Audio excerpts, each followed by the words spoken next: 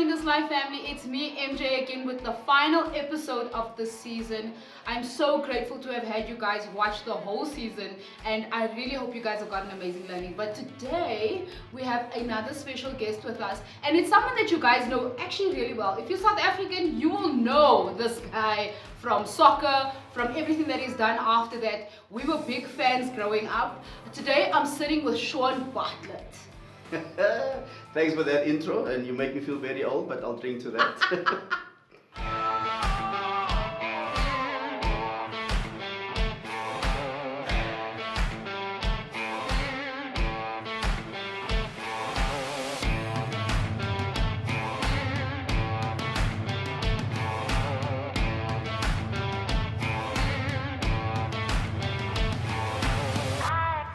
Today I'm sitting with Shaun Bartlett. I'm so excited to have him here. He knows Jonathan for a while, and we've met his family, great people. But I'm really privileged that he came all the way to see little old me. Shaun, how are you?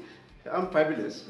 Obviously, like you just indicated, the family for me comes first, and spending a bit of time with them. And I've had a nice break in Cape Town, seeing the extended family as well. So I'm enjoying the time at this moment. How has the year been? I mean, 2020 has been rough for everyone, and soccer stopped for a while. How have you been dealing with everything that's happening in the world? Well, there's still 2 months left of 2020. I think everybody feels that 2020 is like 18 months, with the way everything has been going. But you know, you've got to adapt, and that's the fortunate thing about human beings. We're well capable of doing that, and I think for us as individuals, it was really challenging. But I think at the end of the day, you know, when you have support around you, I think that makes it a little bit easier. So we know you from soccer, from growing up. Look, when our age gap is not that large, he still looks pretty young. So, but I know when we were watching soccer, it was the time that you were at your peak. And it was something that my family watched together. How has your journey been from that time to now in the industry, and recent developments that have happened this year? What is your, I think in a bubble, your life experience with the game been like? Well, at least you're talking about the bubble, because that's where we were for 5 weeks with Chiefs, you know, playing the games. But you know, it was, like I say, it's challenging. This is an industry that can get you down.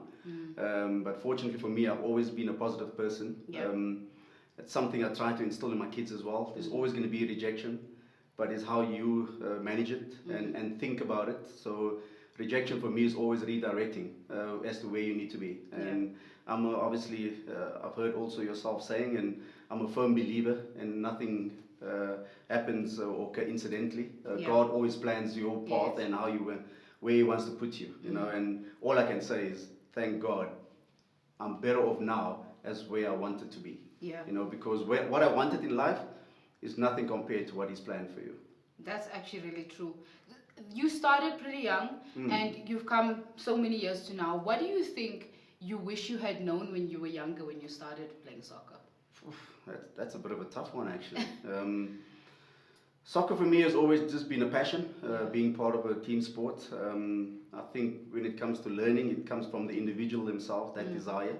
And I wouldn't say there's necessarily one particular thing that you want to know when you go into industry.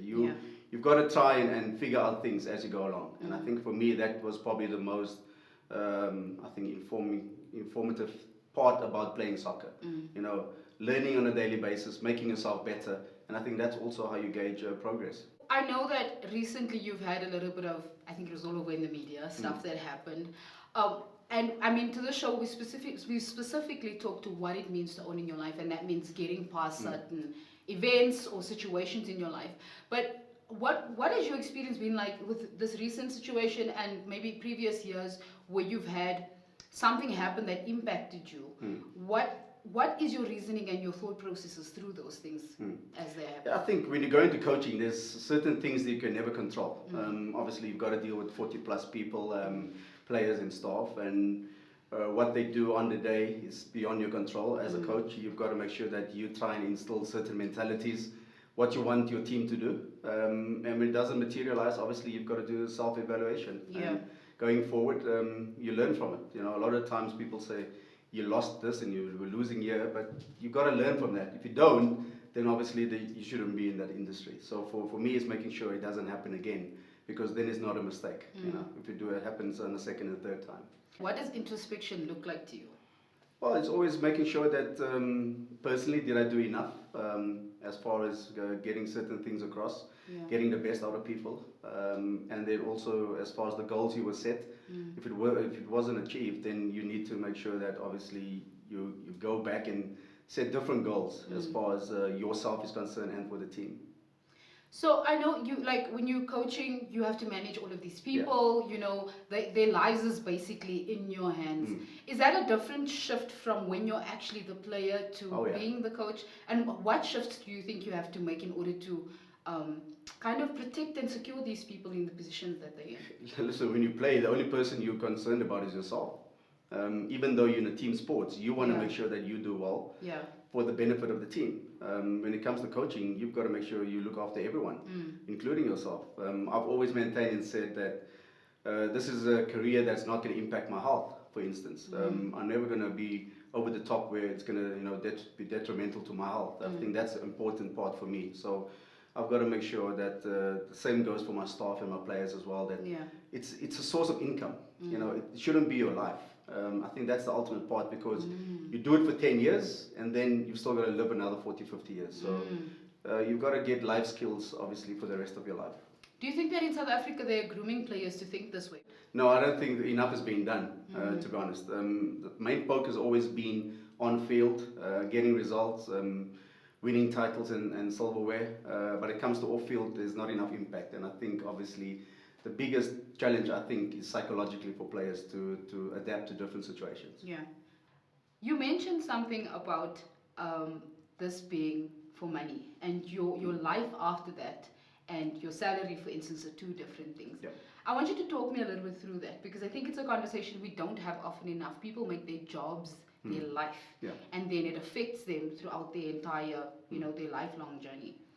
Yeah, I think, obviously, I've said this so many times, when you grow up having nothing and you start getting something, you appreciate everything. And for me, it's always been like that. Growing up with my grandmother, being the first grandchild, we didn't have much. But she always made sure there's enough for everyone. Yeah.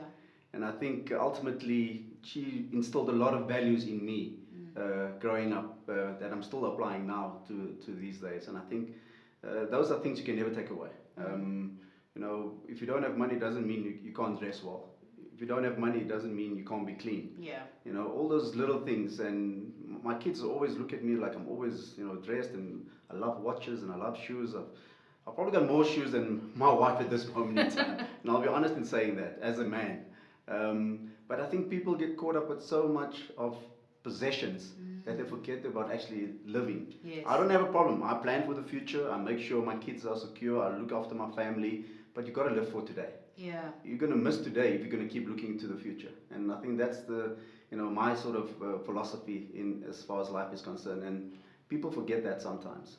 That is actually really interesting that you say that, because the conversation that I've been having recently specifically speaks to us looking so much into the future that we can't live for the now. And you seems to have made that like part of your life, how can I say, your life experience. Yeah. How do you think your children are learning from you with regards to these specific principles that you've grown up with?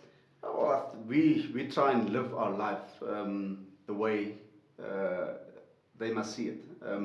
A lot of the times what we say maybe goes in the one ear, out the other ear.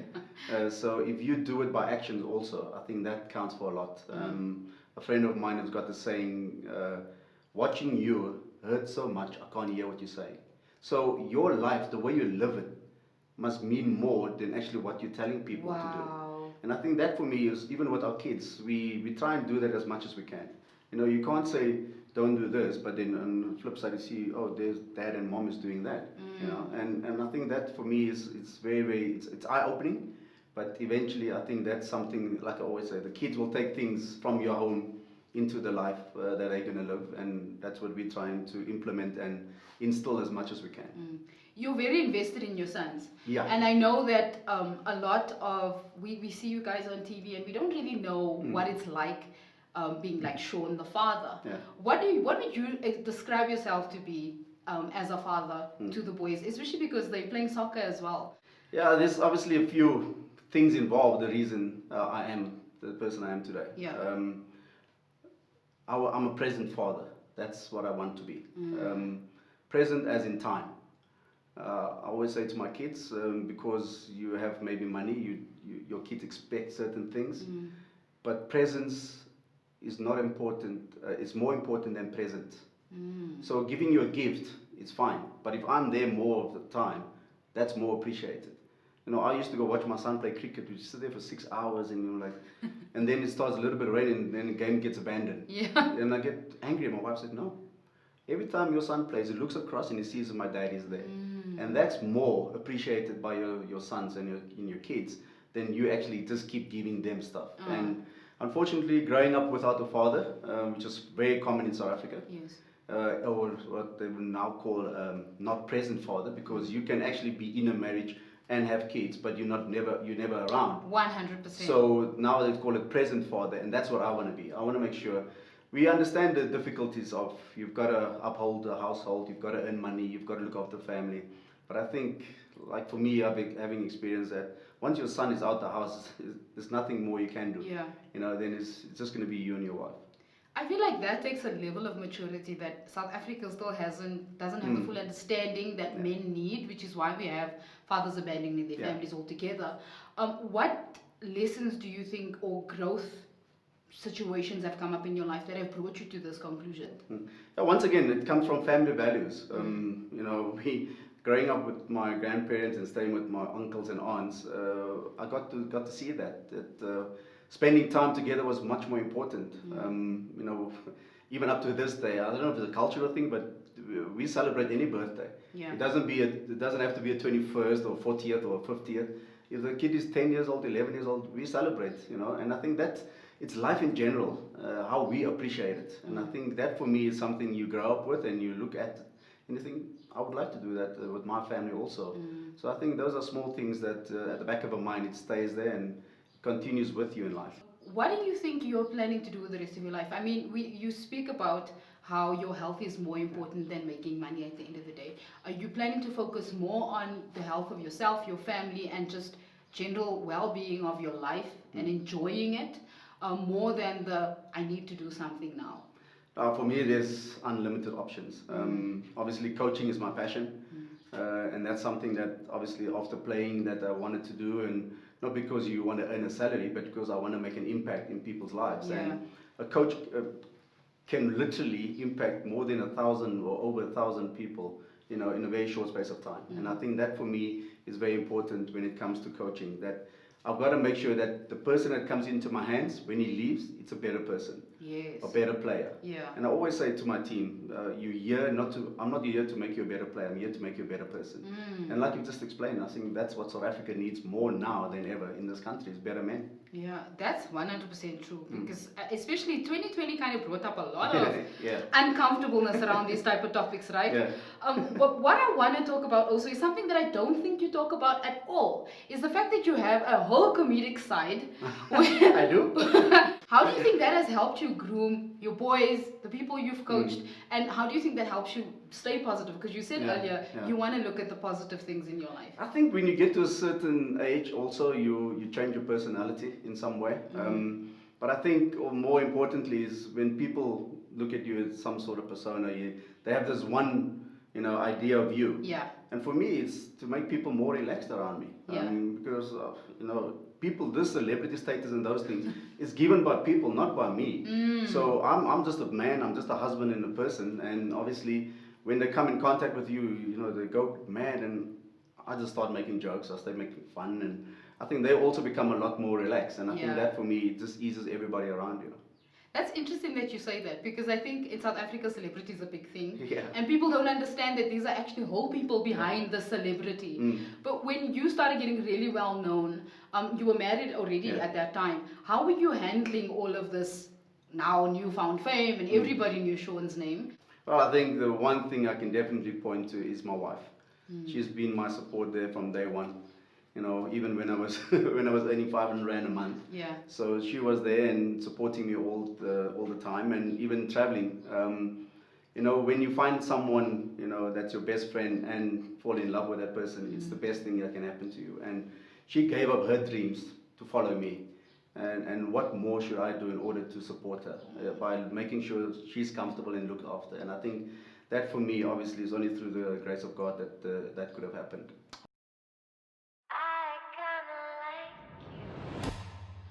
I think it's so rude because you don't know where the person is at when you don't think about their space. Yeah. It was Jonathan as well. He's like, yo, just chill. Just chill. Like, don't. No, I was there, no! Oh my god. But I think most of the sports personalities in South Africa, they appreciate the fans coming to them and things like that. Because I think they also realize that what you do, it belongs to the people. And I think that's the one thing. But like you say, it's always difficult when you go through something or you want that personal space or intimate time with the wife or something. But yeah. And then people are like, hey, take a picture with me. You just adapt to it. Oh. That for me, obviously, is only through the grace of God that that could have happened. Oh, you're romantic too. No, that's really sweet because I know I've met your wife, and I know she said that you guys travel together and all of those things. Was those shifts difficult to do with the kids and your wife moving abroad and then coming back? Yeah, it was never easy times. We were talking about this the other day in Cape Town, and our family wants us to move back. And we said in 23 years of a marriage, we've moved 21 times. Wow. And I've only helped twice. So yeah, wow. My wife is very strong, and she obviously knows what she wants as far as the house is concerned. But I think we try and support each other as much as we can. What are the things you think you brought into your marriage that helped you guys get this far? Well, for us, it's always been easy in a sense where obviously during this COVID time, a lot of people found it challenging being at home with the spouse. Some people were saying they were forced into, being at home and isolation. So for us, it was quite easy to adapt. Our kids has been at home also because we homeschool them. Yeah. And it wasn't that difficult to adapt. And I think we try and find people also outside of our sphere of sports. We've got to make friends outside. And I think that for us has always been important. So we spoke about you guys traveling. You said you moved 21 times. But I want to know, like, when you moved abroad the first time and you were away from your family, what was that experience like? Because you say family is basically your foundation. Yeah, it's always interesting how things come back, and I don't like saying it's a cycle because I believe our lives are a process. You don't want to go back to where you started, and that's why I meant earlier also when you come from nothing and you appreciate everything because you want to move on in life. And that for us was always important. The way we grew up, family was the house where you live, the area. For us, as a family, it's where we are. So when we're together, that's the family. Yeah. When we were in Cape Town for a few weeks and the kids were saying, oh, we missed the home. I'm like, your family, that's important. Spending your time with your family because ultimately that's more appreciated by everyone. And I think that for us has always been the same. When I moved initially, it was just my wife and I. Lived in America for a couple of years, moved to Switzerland. We had our first child in Switzerland. Yeah. And then obviously after that, the two we had in England. So family extended, but it always stayed the same. Home was always where the family were. Yeah. And even when we traveled, we always stayed together. If I get a job in Durban, the whole family moves to Durban.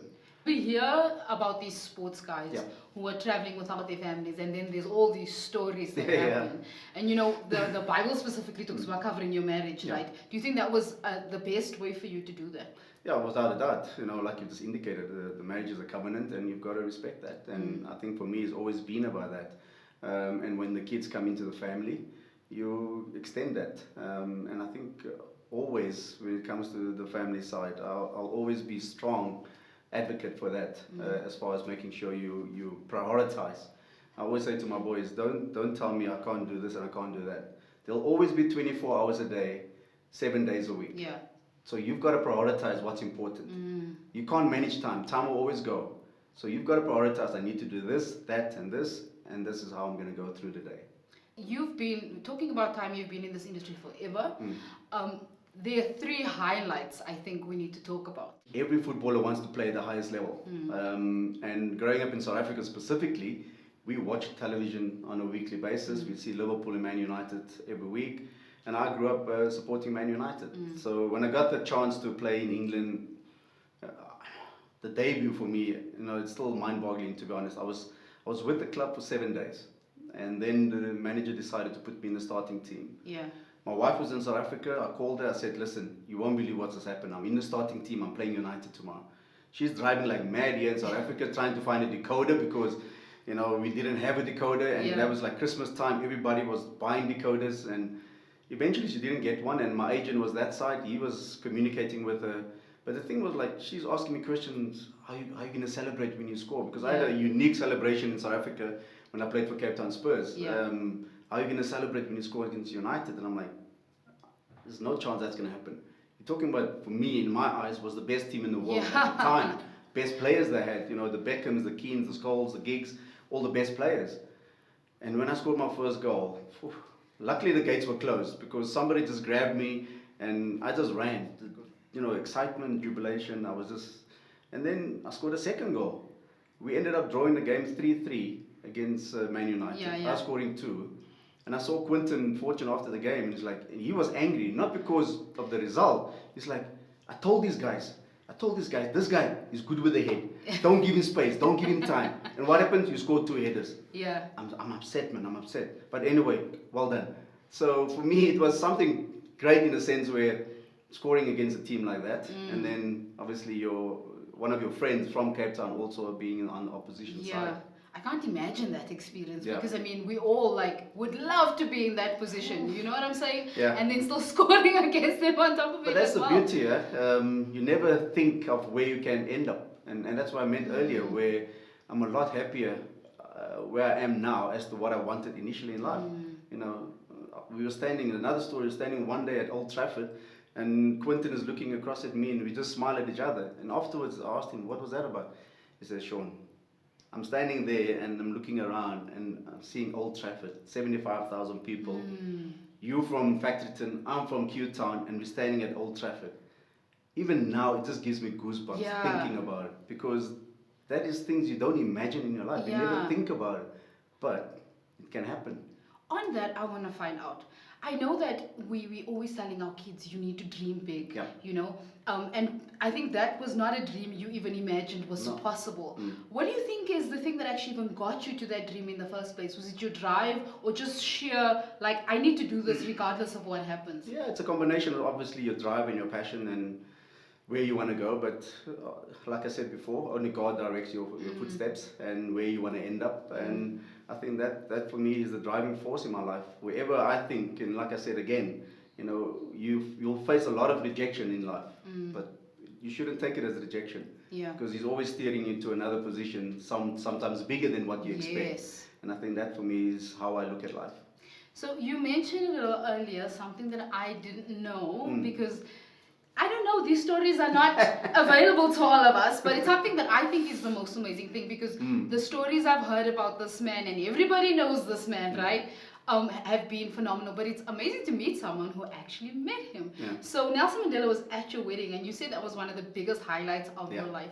What was leading up to your wedding? How did that even happen? And what was the experience like actually having him sit there watching you do your vows? It's scary, to be honest, in a sense where to think that somebody like that can actually be at your wedding.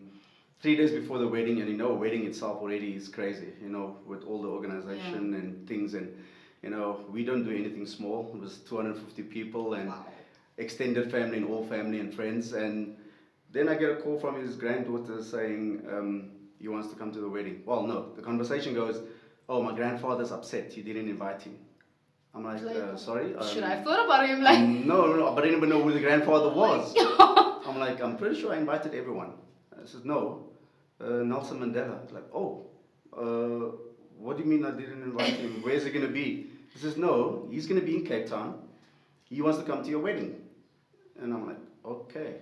And then it just got crazy. We had to go and find parking for ambulance and cars and all these things. And he eventually came, and he was sitting down at 2:45. The wedding was at 3. And again, it shows the respect of the man, how humble he was. He made sure, he said, no, I want to sit down before your wife arrives. She was there at 5 to 3. I think it's probably the first time a lady was on time for a wedding. So it was great. But even on the day, when I heard the roar outside, I said to my brother-in-law, it's not your sister. It's So he's like, what do you mean? I said, no, just wait. Nobody knew he was coming. Wow. Only my wife and I. Our parents didn't know. No siblings. No one. So when he walked in, everybody's like, what?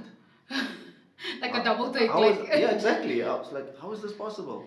But yeah, I keep saying it was probably the best wedding gift I could have received ever. No, I cannot imagine. Like, what was your wife's reaction like when she heard you wanted to come? No, well, she said, yeah, sure, let's do something. let's tell this family they can't park there or something. But no, she was over the moon. But we've encountered quite a few times, and I think for us, every time we met him, it was a personal relationship in the sense where the meeting was always, you would ask you how you are, how the kids, yes. And I think that was just great. That's actually phenomenal because we don't hear these stories very often. And I mean, a lot of us don't now get the opportunity to be able to sit with him, and he's been known as a great man. But the fact that you are known as a great man as well, I think is also a big thing. One of the things that the guys are insisting that I mention is this goal, this phenomenal goal. I think it was 2001 that you did. Tell me a little bit about this and why you think South African men find this as one of their soccer highlights of the entire existence. Well, I think even as a soccer player, to win the best goal in the league, where you have players like Thierry Henry and Steven Gerrard and Ruud van Nistelrooy, it says a lot on its own. And beating those guys to have the best goal for that particular year was definitely one of the highlights of my career in the Premier League. And I think when you actually see the goal itself as well, it's something where I think even amateur footballers would love to do one day. And you know, people look at the goal and think it was okay because it was with my left foot. My left foot is actually my weaker foot. And then you end up winning an accolade like that in the best league in the world. It just shows if you work continuously at something that you're not good at, you can perfect it eventually. And now it's just one of those things you can do with your eyes closed. So I think that goal against Leicester City, let me say it was no joke because it was on April Fool's Day. We often get stuck in what defines us in ways that distract us from the process of growth and healing.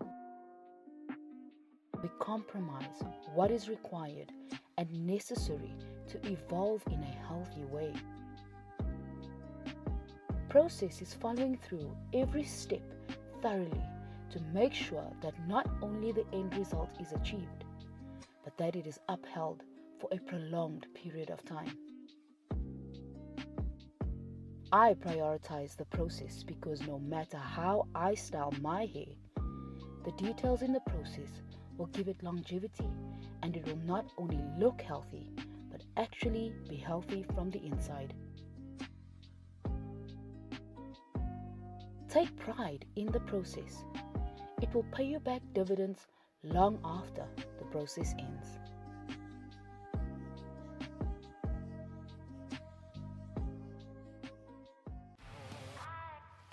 Out of your entire life experience, and I'm not only talking about soccer, what would you say is the one biggest lesson that you've learned thus far? And I mean within personal growth, emotional growth, life experience.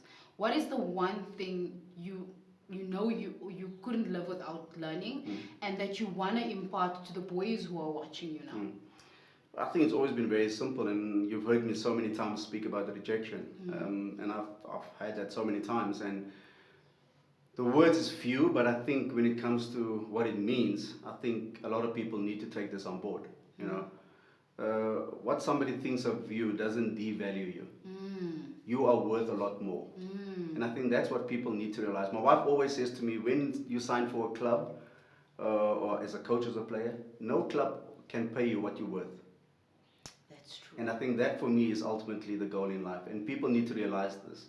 You know, when they pay you for a salary, whatever, they pay you for your time and for your services. They don't own you. And I think that's the important part, especially in South Africa, that a lot of the times you sign for a club and people think we can do this and that. And, you know, there's something they call image rights. Yeah. They can do whatever they want with you. Yeah. It shouldn't be like that. Your time and your services is what they pay you for. So the question I ask all of my guests before we end the show is, what does owning this life mean to you? You've been through a lot of things.